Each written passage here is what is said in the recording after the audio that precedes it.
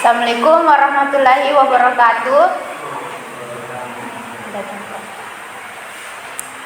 Terima kasih buat teman-teman yang telah menyempatkan waktunya untuk hadir hari ini. Baiklah, di sini saya akan memaparkan materi tentang PKMKI.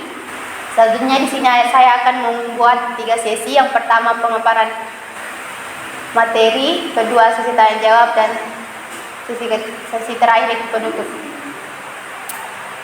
Selanjutnya kita masuk ke sesi pertama, yaitu pemaparan materi PKMKI. Pengertian PKMKI merupakan program yang bertujuan untuk memecahkan permasalahan di masyarakat dalam bentuk solusi berupa teknologi atau karya nyata yang fungsional yang dapat dioperasionalkan oleh pengguna.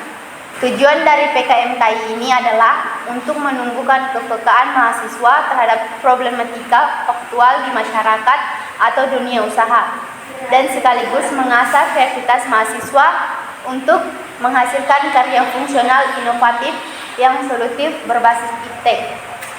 Selain itu, melalui PKMKI ini diharapkan dapat menumbuhkan kepekaan mahasiswa terhadap problematik faktual di masyarakat dan dunia usaha. Selanjutnya, syarat untuk mengikuti PKMKI. Yang pertama, peserta adalah tim yang terdiri dari mahasiswa aktif program pendidikan diploma 3 atau D3, diploma 4 atau D4, dan strata 1 atau S1 di seluruh perguruan tinggi di bawah Kemendikbudristek yang terdaftar di Pangkalan Data Pendidikan Tinggi. Kedua, mahasiswa yang sudah menyandang gelar diploma D3, sarjana terapan D4, sarjana S1, atau yang sedang mengikuti pendidikan profesi dan koas seperti formasi kedokteran, kedokteran hewan, kedokteran gigi, dan lainnya tidak diperbolehkan mengusulkan proposal PKM. Ketiga itu, tim pengusul terdiri dari 3-5 mahasiswa aktif dengan susunan berupa 1 mahasiswa sebagai ketua, 2-4 mahasiswa sebagai anggota. Keempat, nama-nama pengusul, ketua, dan anggota harus ditulis lengkap sesuai dengan nama mahasiswa yang terdaftar pada PDDIT. Kelima, mahasiswa pengusul dapat berasal dari program studi yang sama atau dari program studi yang berbeda, tetapi masih dalam satu PT. Keenam, keanggotaan tim PKM disarankan berasal dari minimum 2 angkatan yang berbeda agar terjadi pembinaan dan kesinambungan pengusulan program tahun berikutnya. Ketujuh, mahasiswa pengusul proposal PKM ini tidak diperkenankan mengusulkan proposal program PPK Ormawa dan P2MW di tahun yang sama. Kedelapan, topik PKM yang diangkat harus sesuai atau relevan dengan bidang ilmu ketua atau anggota tim pengusul. 9, besarnya dan dana kegiatan per judul minimum 6 juta rupiah sampai 10 juta rupiah. 10, dana pendamping dari perguruan tinggi wajib ada dan maksimal sejumlah 2 juta rupiah dalam bentuk in-cash atau in-kind dan ditunjukkan dalam surat komitmen dukungan perdana dari PT. Ke-11, dana pendamping dari sponsor dan mitra lainnya dimungkinkan maksimal 1 juta rupiah. Luaran kegiatan PKMKI. Yang pertama, laporan kemajuan. Kedua, laporan akhir. Ketiga, produk inovatif skala penuh yang fungsional dan dapat dioperasionalkan oleh pengguna disertai dengan teknik produk. Ketiga, akun media sosial. Laporan kemajuan dan laporan akhir ditulis sesuai dengan panduan pelaksanaan PKMKI. Dokumen teknik produk berisi detail penjelasan aspek teknis dari karya inovatif yang siap diproduksi secara massal. Tim pengusul PKM yang mendapatkan pendanaan wajib membuat luaran berupa akun media sosial yang dibuat khusus oleh tim dengan nama akun yang terkait dengan topik PKM. Akun tersebut harus dalam status aktif, diisi dengan konten edukasi yang sesuai dengan topik PKM berupa video, gambar, dan lain-lain.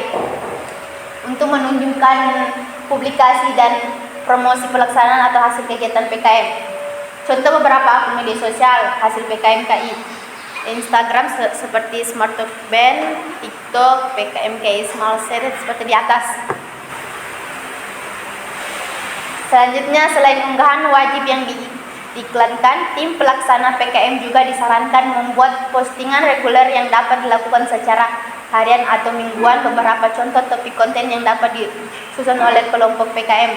Yang pertama, pengenalan topik program PKM. Kedua, pengenalan tim pelaksana PKM. Ketiga, rencana pelaksanaan PKM. Keempat, edukasi terkait topik PKM. Kelima, kegiatan selama pelaksanaan PKM. Keenam, apresiasi dari PKM. Ketujuh, proses pembuatan produk PKM. Kedelapan, produk hasil PKM. 9, dampak pelaksanaan PKM. Dan terakhir, testimoni hasil PKM. Keuntungan. Sebagai bagian dari implementasi program Merdeka Belajar Kampus Merdeka (MBKM) dan upaya mendukung pencapaian indikator kinerja utama perguruan tinggi, khususnya untuk kegiatan mahasiswa di luar kampus, kegiatan PKN dapat dikonversi ke dalam SKS mata kuliah yang relevan di program studi masing-masing. Melalui IKU ini diharapkan pihak kampus memberi fasilitas lebih kepada mahasiswa untuk mengembangkan diri dengan cara melakukan kegiatan pembelajaran dengan model variatif dan mampu memberi bekal keterampilan yang mumpuni. Selaras dengan pembelajaran kampus Merdeka, kegiatan PKM diharapkan dapat memberikan kesempatan dan tantangan dalam pengembangan kreativitas, inovasi, dan kapasitas, serta kemandirian dalam mencari dan menemukan pengetahuan atau solusi melalui masalah dan dinamika yang ada di masyarakat. Selanjutnya, sumber dana kegiatan. Pertama, proposal yang lolos dari standar nilai yang diterapkan akan didanai oleh Kemdikbudristek dengan besaran dana kegiatan berjumlah 6 juta rupiah sampai 10 juta rupiah. Perguruan tinggi wajib memberi tambahan pendanaan pada proposal yang lolos dengan jumlah pendanaan maksimum sebesar 2 juta rupiah dalam bentuk in-cash atau in-kind. Ketiga, tim PKM dapat memperoleh dana tambahan dari instansi lain dengan jumlah pendanaan maksimum sebesar 1 juta rupiah. Dana tambahan wajib dari perguruan tinggi dan dana tambahan dari instansi lain jika ada harus dimasukkan dalam proposal. Perguruan tinggi wajib membuat surat komitmen pendanaan dan tambahan diunggah pada akun operator perguruan tinggi di Simbelmawa. Cara penyusun proposal. Yang pertama itu tipe huruf menggunakan Times New Roman ukuran 12. Kedua, teks program menggunakan jarak baris 1,15 spasi dan perataan teks menggunakan rata kiri dan rata kanan. Ketiga, layout menggunakan ukuran kertas A4, satu kolom margin kiri 4 cm, margin kanan atas dan bawah masing-masing 3 cm. Informasi proposal daftar isi seperti di atas, daftar gambar, daftar tabel, dan daftar lampiran. Proposal yang bab 1 pendahuluan itu terdiri latar belakang, permasalahan, tujuan program, manfaat program, dan luaran yang diharapkan. Kedua itu bab 2 tinjauan pustaka, berisi tinjauan berbagai pustaka yang berkaitan dengan problematik faktual yang diangkat untuk dicarikan solusinya melalui karya PKMKI. Berbagai ulasan terkait produk karya inovatif sejenis atau memiliki kemiripan fungsi atau desain yang dibahas di sini dan ditunjukkan perbedaannya dengan karya inovatif yang akan dihasilkan dalam PKMKI. Bab 3 itu tahap pelaksanaan. Pada bagian ini diuraikan tahap pelaksanaan program dimulai dari penemuan ide karya inovatif, karakterisasi produk yang direncanakan, desain teknis melalui pelaksanaan secara luring, sampai pada tahap produksi dan pengujian yang dilakukan secara luring. Metode, material, serta perangkat yang digunakan dijelaskan di sini, termasuk fasilitas tempat laboratorium, bengkel, studio yang akan digunakan dengan seizin pemimpin perguruan tinggi. Biaya dan bab 4 biaya dan jadwal kegiatan. Rekomendasi besar pengalokasian dan penggunaan dana PKMKI dari Belmawa adalah antara 6 juta sampai 10 juta rupiah, ditambah dengan dana pendamping dari Inter PT maksimum 2 juta Dari mitra sponsor lainnya maksimal 1 juta dengan komposisi minimal 80% untuk operasional dan maksimum 20% untuk administrasi. Khusus untuk biaya perjalanan PKMKI hendaknya dilakukan seefisien mungkin. Rencana anggaran biaya yang diajukan tim pengusul harus memuat alokasi dana, publikasi dana, atau promosi kegiatan PKM di media sosial. Rekomendasi pengalokasian dan penggunaan dana ada sebagai berikut. 1. Rujukan publikasi ilmiah utama yang harus didapatkan secara berbayar. 2. Biaya sewa jasa, penggunaan software atau program yang mendukung penguji produk yang akan dihasilkan. 3. Pembelian bahan-bahan membuat produk atau properti. 4. Kertas tidak lebih dari 2 ring, ATK sesuai kebutuhan. 5. Transport lokal jika diperlukan diusahakan seminimal mungkin. Biaya publikasi di media sosial atau medsos maksimal 500.000. Sewa laboratorium peralatan laboratorium lainnya jika sifatnya wajib agar besarannya tidak melebihi 1 juta rupiah.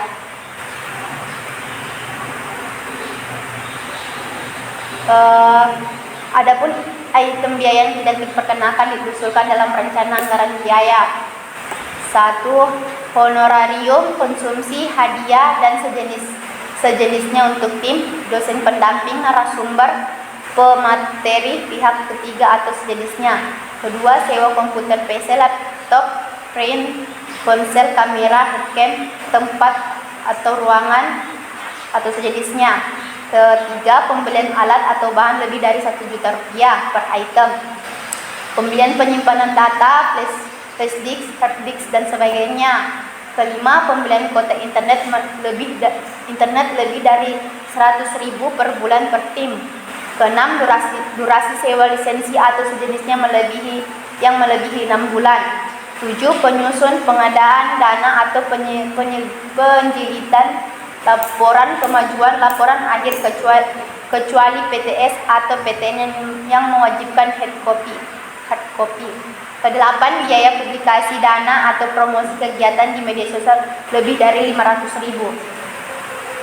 Jadwal kegiatan disesuaikan dengan tahap kegiatan dan dibatasi selama 3 bulan sampai 4 bulan. Jadwal disusun dalam bentuk bar chart untuk rencana kegiatan yang diajukan serta sesuai dengan format. Daftar pustaka ditulis dengan tipe huruf teks Roman ukuran 12 cetak normal.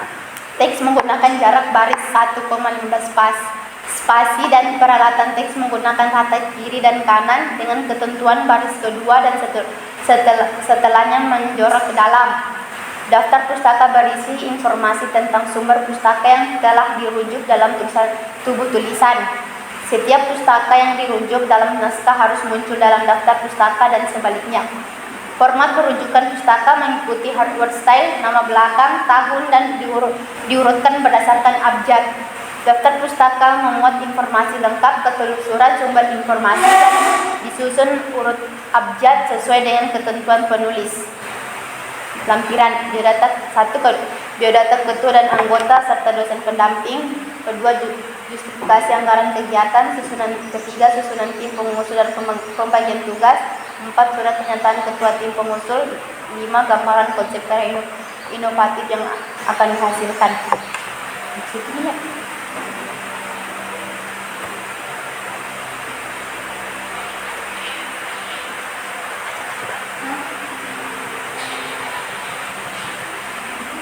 Penilaian kemajuan pelaksanaan PKM dan pelaporan.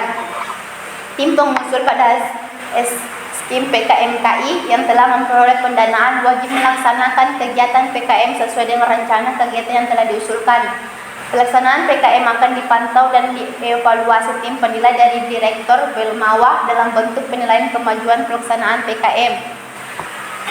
Dokumentasi dan catatan pelaksanaan PKM diunggah isian kelengkapan diinterikan langsung secara interaktif pada SIM Belmawa. Isi utama proposal, Daftar isi, halaman inti, dan lampiran diunggah ke Simbol Mawa. Jika isi utama proposal ada cover, lembaran pengesahan, ringkasan, atau abstrak, maka proposal tersebut tidak lolos tahap 1. 11. Ke Simbol Mawa secara berkala dalam bentuk unggahan catatan harian (weekbook). Sebelum pelaksanaan PKP 2, tim pelaksanaan PKM wajib mengunggah laporan kemajuan, tautan link profil media sosial, dan luaran wajib berupa draft dokumen desain teknis pada lamaran Simbol Mawa. Di akhir pelaksanaan PKM KI, setiap tim melaporkan hasil kegiatan dalam bentuk kompilasi luaran berupa laporan akhir dan dokumen desain teknis. Sistem laporan kemajuan itu, isi utama laporan kemajuan itu sama aja kayak proposalnya tadi. Selanjutnya, sistem laporan kemajuan, format penulisan isi utama laporan kemajuan mengikuti sistematika. Yang pertama itu daftar isi, daftar gambar jika ada, daftar tabel jika ada, daftar lampiran jika ada, bab 1 pendahuluan, bab 2 target luaran, bab 3 tahap pelaksanaan, bab 4 hasil yang dicapai, bab 5 potensi hasil, peluang peroleh kekayaan intelektual atau sejenisnya, dan prediksi manfaat sosial ekonomi pendidikan lainnya bagi target pengguna. Bab itu rencana tahap berikutnya, upaya untuk pencapaian target 100% kegiatan.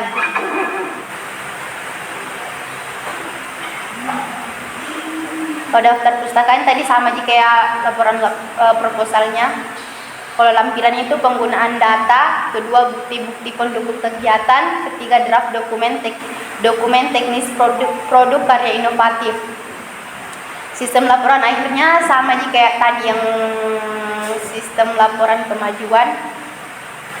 Sistem laporan akhir, format penulisan isi utama laporan akhir mengikuti sistematik ringkasan tanpa nomor halaman, daftar isi, daftar gambar jika ada, daftar tabel jika ada, daftar lampiran jika ada. Bab 1 pendahuluan itu gambar tentang sumber inspirasi tantangan intelektual dalam mewujudkan produk karya inovatif sebagai solusi permasalahan faktual dari target pengguna. Bab 2 itu tinjauan pustaka, gambaran tentang kejadian teori produk inovatif fungsional siap pakai yang direncanakan, gambaran produk sejenis yang pernah ada untuk memposisikan originalitas karya serta standar industri dan regulasi yang jadi rujukan jika ada. Bab 3 itu tahap pelaksanaan, gambaran tentang tahapan yang direncanakan untuk proses realisasi produk, dari tahap karakterisasi produk yang dibutuhkan, penyusunan spesifikasi produk dan desain teknis sampai dengan proses produksi, serta diakhiri dengan uji coba dan dokumentasi final. Bab 4 hasil yang dicapai dan potensi khusus, gambaran tentang produk fungsional siap operasi yang dihasilkan, fungsi dan cara kerjanya, keunggulan serta uji manfaat bagi target pengguna. Bab 5 itu penutup, berisi kesimpulan dan saran yang terkait langsung dengan produk karya inovatif yang dihasilkan. Daftar pustaka yang sama seperti sistem laporan kemajuan tadi. Ya. Lampiran itu penggunaan dana, rincian dan bukti pengeluaran dana. Kedua, bukti-bukti pendukung kegiatan berisi dokumentasi pelaksanaan kegiatan, dokumentasi proses manufaktur produk, gambaran detail produk yang diciptakan, cara instalasi, cara kerja dan manfaatnya. Itulah pemaparan materi dari saya yang berjudul PKMKI. Selanjutnya masuk ke sesi kedua, yaitu sesi tanya jawab. Apa maksimal? Dua penanya? Satu mau? Tunggu, oke. Dua. Astagfirullah. Apa bedanya PKMKI dengan PKMKC dalam produk yang dihasilkan? Apa bedanya PKMKI dan PKMKC dalam produk yang dihasilkan?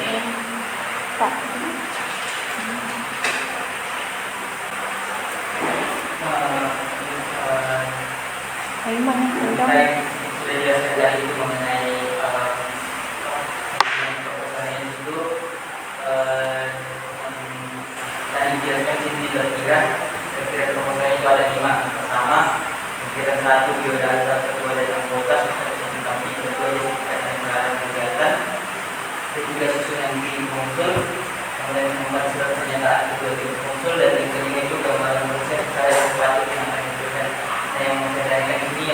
Yang kelima itu gambaran kayak tematik yang ada di sini. Lampiran yang kelima ini bisa berupa, di sini lampiran kelima ini berupa apa? Misalkan berupa ilustrasi atau bentuk apa tuh?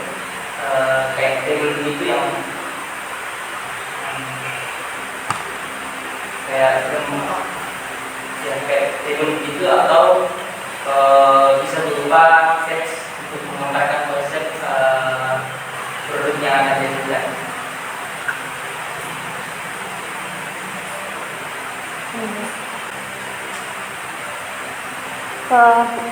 Baiklah, saya di sini akan menjawab pertanyaan dari Kak Carol.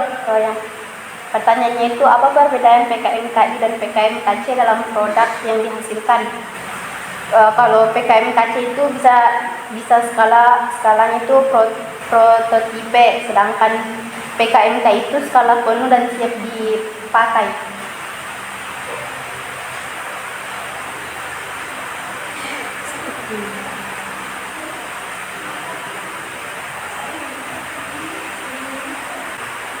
Oh nih, kayak begini. Ya, mulai begini. Karena tanya Ranir, seperti apa itu gambaran konsep karya inovatif yang akan dihasilkan dalam lampiran proposal? Kayak begini. Kan tanya berupa gambar ga, berupa tabel ga, berupa. Ya. Kalau yang kayak ilustrasi kayak gambar-gambar begitu bisa kayak tapi rata-rata begini semua tadi yang saya buka. Kan ini PKMK itu kayak inovatif, kayak produksi. Iya. Bisa kalau ilustrasinya nanti kayak cara penggunaan, cara produknya bagaimana, bisa bentuk gambar atau bisa kayak kalau menurutku lebih bagus kalau diilustrasikan namanya produknya, kalau itu bisa dipahami. Itu bisa tidak Sampai biasa contoh yang PKMKI yang harus sedikit ada tuh.